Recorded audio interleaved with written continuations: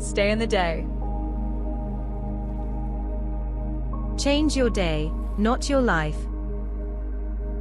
Andy, I have no balance in my life. I was in Las Vegas and had just finished presenting a program on stress and work-life balance when Janet came to me with this statement. She had stayed after the presentation and had stood near the auditorium exit while 5 or 6 other people had lined up to ask me questions. As I gathered my presentation notes and prepared to leave the auditorium, she came to stand directly in front of me. I looked up from gathering my things and said with surprise, "Oh, hi. Can I help you?" She responded, "Andy, I have no balance in my life. I've got to do something." She then described the situation that had brought her to this realization. Janet had been walking around a beautiful Cancun resort, scouting it out for her company's next executive retreat. She should have been enjoying her time there. Instead, she had sweated off all her makeup, was feeling embarrassed, and was silently praying that the site tour would end soon. She had stopped the group that was being escorted around the resort 5 times so that she might catch her breath. It might have been the heat and humidity. It might have been the 47 pounds she had gained over the past 4 years. It might have been the stress she felt about her new responsibilities at work. Likely it was the D answer, all of the above. Janet's increase in work responsibilities had resulted in her sleeping with her phone near her head so she could check for messages in the middle of the night. She barely recovered from one round of deadlines before the next project consumed her. She found that any mention of stress fell on deaf ears. Her friends, co-workers, and even her significant other thought of her job as being all first-class travel and champagne dreams.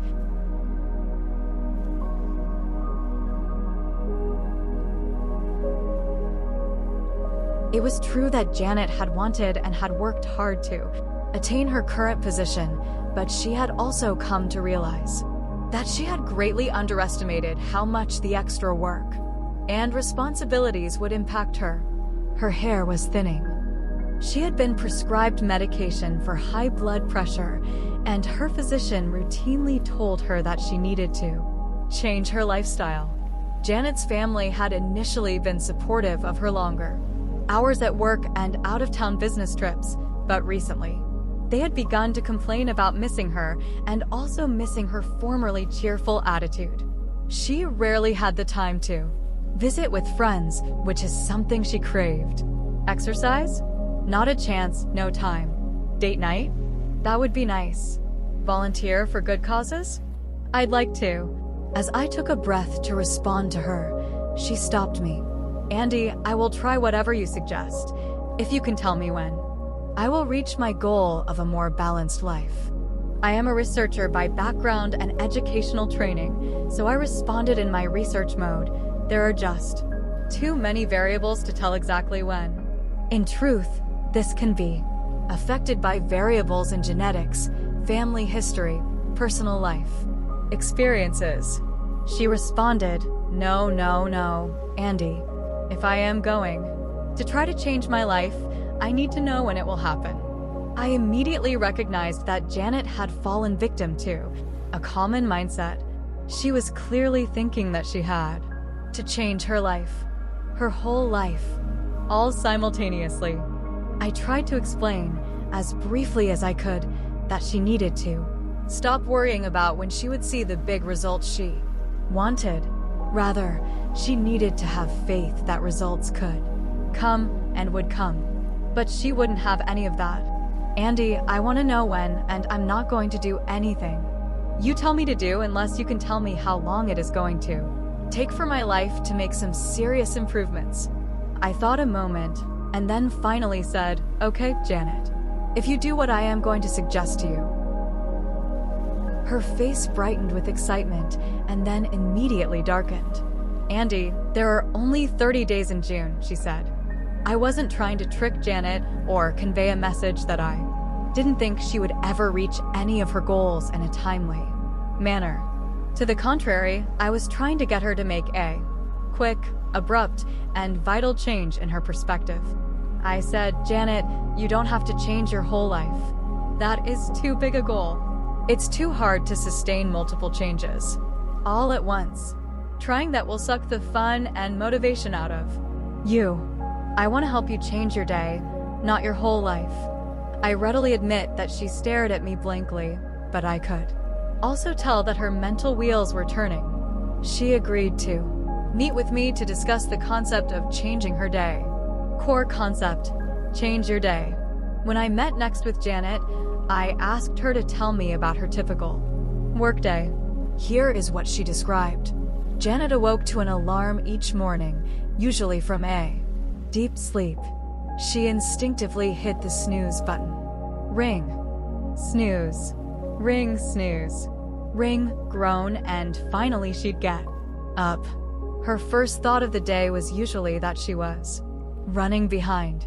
She began rushing to get ready to leave her home with no breakfast except perhaps something dispensed from a vending machine at her workplace. On her way upstairs to her office, she usually careened into her office with caffeine in hand, and she became a productivity machine as the caffeine kicked in. About an hour later, she usually had a sinking feeling of exhaustion, so she'd get up and set out for what she called a little cubicle trick-or-treating, and if that failed, she ended up in the break room to see if anyone had brought in donuts. On the way back to her desk, she grabbed more Java, which pushed the needle a little past reasonable caffeine intake. Her coffee, of course, was heavily laced with sugar and cream.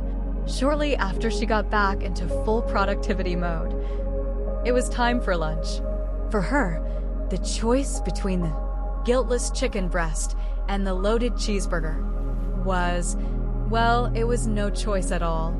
After lunch, although she tried to be highly productive, she often felt overdrawn in the energy department and with a correspondingly high level of stress. By mid-afternoon, she usually felt little desire to work, even though she felt anxious about how much work she had. Rather than make an important phone call, for example, she would open up a web browser to do a little internet research, which was often not related to a work project. Janet felt the added pressure that this deferral of key work meant that she was going to have to take more work home. That pattern had come to feel like the norm. On the way home, she usually had moments of reflecting about how grateful she was to have her family. Even so, she admitted that she often began barking at them the minute she opened the door, and then almost immediately regretted her behavior. By the time she sat down to dinner, the stress of the day fueled her into eating just about everything in sight, as if it was her last supper, which also created more internal struggles later, both physically and emotionally. Finally, exhausted after knocking out most of the work she had brought home, she would collapse on her bed. As soon as her eyes were closed, however, her mind would wind up and begin to worry about the next day's to-do list. She often felt that she had just settled into deep, deep sleep when the alarm sounded and the routine began all over again. A continual cycle of sabotage. Before we go further, let me assure you that Janet's story is not a made-up story. She is a real person to whom I gave practical ideas. I worked with her for several months as she began to re-engineer her day a little bit at a time, so that she consistently built herself up to a routine that energized her and that helped her achieve and sustain greater productivity, creativity, and good relationships with her coworkers and loved ones. We worked from a very basic premise: don't try to change your whole life. Short-term goals and simple daily habits build upon one another. Remember, motivation is momentum in disguise. Core concept: don't try to change your whole life. Short-term goals and simple daily habits build upon one another. Initially, I felt that my major goal with Janet was to help her see that Her daily patterns were consistently sabotaging her motivation and best-laid plans and goals. She had become stuck in a vicious cycle that de-energized her and made everything seem more difficult, both to achieve and to sustain. It wasn't a matter of willpower or a lack of willpower. She needed a better game plan, a better standard operating procedure. She needed to adopt a new pattern of simple daily behaviors that could help her build momentum. It was going to be these habitual, daily behaviors that would be the key to taking her from where she was to where she wanted to be. Most of all, I encouraged her, you must stay in the day. The choices need to be made daily. The behaviors need to be practiced daily. The rewards need to be felt in a day. And if her day imploded, she could get back on track in a day. That's the fastest way to build the momentum and to move a person consistently forward and upward to their highest aspirations. Let me fast forward. 2 years after my first encounter with Janet, I returned to Las Vegas to give a presentation to her corporation. After the presentation, 4 people lined up to talk with me. After I had spoken to the first 2 people, I turned to the third person and said, "May I answer a question for you?" There was a rather uncomfortable pause, and then the woman before me asked, "What is today's date?" I thought that question was a bit odd, but I replied, "March 22nd. She replied, "No, Andy, it is June 31st. I hadn't recognized Janet. During the 2 years since I had met with her, she had implemented the game plan I outlined for her and had lost nearly 75 pounds, putting her back into clothes she had not worn since college. She laughed because, to her amazement, those clothes at the back of her closet were back in style. Her coworkers were amazed at the change in her life, not only her physical appearance, but the changes in her attitude, demeanor, and management skills. Janet no longer gave people an all-access pass to her time. Her new day had set work-life boundaries, time for uninterrupted work and time for herself, and these changes not only stuck but were met with far less resistance than she had initially anticipated. Her productivity, health, and optimism had never been at higher levels. Others around her also seemed to be on a path toward greater productivity, better health, and higher morale. Her team, in a down economy, had become the #1 division when it came to reaching business goals. Janet was no longer striving for a better life. She was thriving on a day-by-day basis. Janet finished our conversation that evening by telling me about another moment of truth. Again, she had been in Cancun. This time, however, she had not struggled physically. She had actually climbed Chichen Itza to see the Mayan temple there. She said, "I didn't need to stop once on that steep hike." She went on, "Andy, I live each day now with more hope, more energy, more motivation, and greater confidence that I'm doing what I want to do. I'm reaching my daily personal goals. I cannot tell you how much of a difference it made when you switched my focus from feeling a need to change my life to changing my day. I stay in the day now, and staying in the day and changing my day has changed my life. The change may be almost imperceptible, but the truth is the change is occurring in the person who seeks to change daily patterns of behavior. The changes in physical behavior, attitude, thinking, motivational level, feelings, and relationships build upon one another. They produce subtle benefits and tiny bits of growth, which begin to accumulate in truly amazing ways. Perhaps most important of all, a decision to stay in the day takes pressure off most people when it comes to the massive amount of changes they think they need to make in order to be more of whatever they desire to be more of. More successful, more healthy, more personable, more loving, more educated, more accomplished, more fit. Whatever it is that becomes the desired more goal, that goal begins to be achieved, but without pressure and without undue striving. If a person scales the goal back to the day, Janet made herself one of the 1 in 7 who is conscientious, works hard, and truly brings about change in her life. She gives me hope. She is a thriver. She is a hardworking, responsible adult with a strong desire to succeed and accepts responsibility for her own life. She is willing to sacrifice some things for the success she desires, but she is not sacrificing what is truly valuable to her.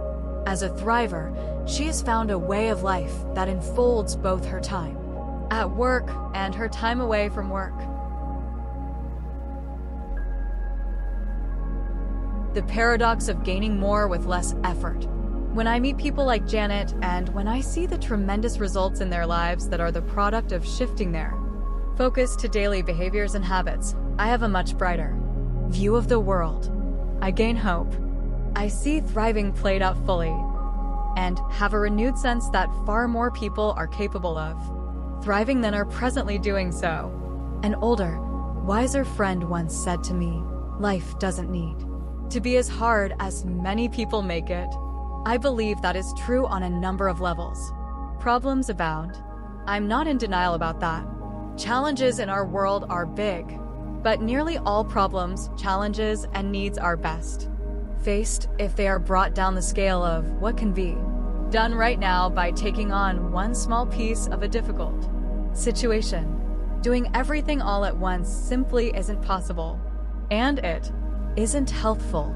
Doing something positive in a daily context is possible, and it is not only healthful but highly beneficial over time. Bit by bit, step by step, day by day, and then one piece at a time fits together into your day. So you can tap into the vast amounts of energy and ability inside you. Who, me? You may be thinking, yes, almost every psychological theory about human nature says in one form or another that you do have a vast amount of energy and ability, and you are capable of doing far more than you presently are doing while, at the same time, absorbing less stress. Read on.